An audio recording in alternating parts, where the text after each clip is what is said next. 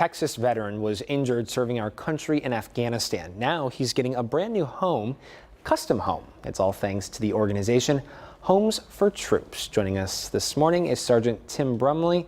Sergeant, thank you so much for your time and thank you for your service. Hey, Zach, how you doing? So far, so good. We appreciate you joining us this morning. Tell us about your service to our country and how you were injured. I didn't get the whole question, but I'm going to assume what you said was tell about your service and how I was wounded. Yes. So I joined the military from Roswell, New Mexico. Just didn't have much to do in life, so I joined the military in '99. And, the 9/11 happened. I ended up re-enlisting, staying in, did Iraq, Afghanistan. I was wounded in Afghanistan in May of 2005, May 3rd of 2005, sorry. We were on a quick reaction mission. I zigged when I should have zagged. The bad guys got me, and I ended up having my leg amputated below the knee in Kandahar that day. And then just on my way in Germany, I was in the hospital on my way by the nurse's station. They told me they just opened a amputee clinic in Bamsey, and we ended up in San Antonio. And oh wow, who doesn't love Texas? So right. Now we're here forever. Yeah. Well, we're glad to have you here. Talk to us about what life was like getting reacclimated to society post-service. Were there challenges? Yeah, and some challenges you don't even realize until later in life. So physically, there's challenges. Just getting back to society is challenging too. But one of the things that helped me the most reacclimating was just getting a job and working with civilians and just being open and honest with them about my experiences. And then sometimes I'd say stuff to them that I thought was normal because me and all my veteran buddies said, and we all thought it was normal. They'd be like, no, dude, that's not right. Yeah. And so you start thinking about what you guys have been through and what you've done, and you kind of process a little bit more, and you get that outside information that it's just what you're going through isn't what normal people go through. And I know it's weird, it helps, Yeah, no, but having that network, having done so many stories and talking to veterans, it's so important to have these outlets and this system of these organizations that are there for you, whether it be mental needs, physical needs, whatever it is. It's critical to have that lifeline. Talk to us about how you were able to get in touch with Homes for Troops. Through my job, I do work with Reach Across America, and a friend of mine was in Washington, D.C., and for the Reach Across America event, he went to a luncheon with Homes for Our Troops. And so it's funny, they called me that day, and we had a little phone call, and the lady's name is Mara for Homes for Our Troops, and she told me to apply for the adaptive housing grant. And the first time through VA, it told me no, I didn't qualify for it, even though I was a post 9/11 amputee. And then the next year, I went out to Washington, D.C. for Reach Across America, and Mara was like, "Why didn't you apply?" I said, "Well, I didn't. I got denied the adaptive housing grant." Right. And she said, no, take a picture with me. And she took a picture with me, and she sent it to the director of the program for VA, and he was able to say, hey, we made a mistake.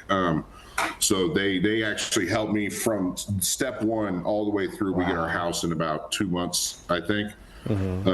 So that was Mara on the screen right there. So they do a lot for us, and we've been through a lot, and just dealing with this organization has been great. Yeah, that really is incredible. It's certainly life-changing for you and your family. Are you in the new home now, or? No, we're in our old home, so we're doing all the upgrades and everything, or not the upgrades, but the repairs. So being disabled in a normal house, I've torn up the walls with my wheelchair. I've torn up the transitions to the kitchens and to the dining rooms. I've torn up the carpets in areas. So we're fixing all that right now to put our house in the market, and we get the house in about 2 months, about mid-June, I think. 2 months. That is so exciting. You talked about a little of the wear and tear that comes with living life in a wheelchair at times. What will this new home bring to you and to your family? What will it mean to you? It is really just a sense of freedom that I think even I took advantage before. So I've been off a prosthetic for almost a year now. So I've been using mobility devices and stuff. So I'm constantly using my hands just to transport. So I can't even take out my own trash right now. And a few weeks ago, we went through the new house, and they're still building it, but we go up once a week and just walk through. Yeah. And just everywhere in the house is flat, so I can get from the trash cans in the kitchen and take the trash to the garage and put it up by myself. I don't have to ask anybody. I don't got to deal with anybody. I can just take the trash out. Just when it's do full. it. Right. We all Yeah. have kids. You know how it is. Take the trash out. Like 30 minutes later, it's still full. So that's the kind of stuff I'm looking forward to. Just that simple stuff where you can just want something done and do it, and not have to go through. Like I can't get to my garage. I can't get to my laundry room. I can't get to my kids' bathrooms. So just being able to have the whole house available to me, and then to do those simple tasks that we want done when we want them done is nice. So, The small things in life, right? yeah. The small things in life that we sometimes take for granted.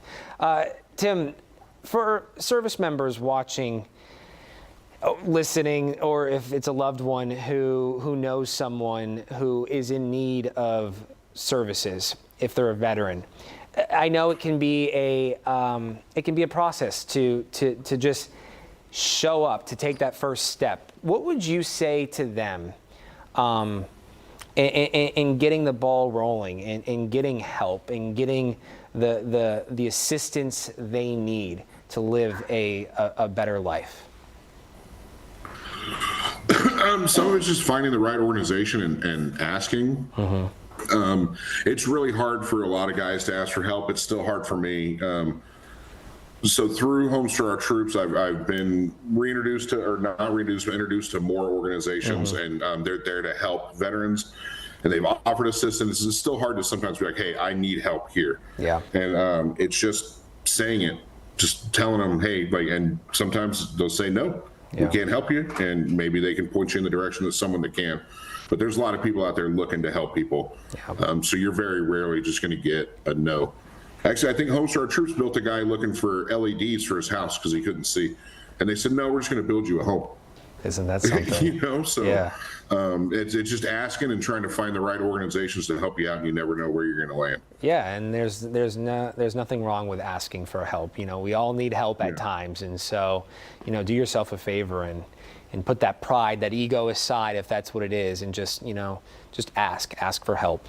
We appreciate your time. You know what? Maybe we could do a follow-up when you get into your home in mid-June or whenever it is, and maybe we could follow you around. We can send a reporter up there and see how things are going. Coming out for the key tears. I'd love that. I'd absolutely love that. We can bring the show on the road.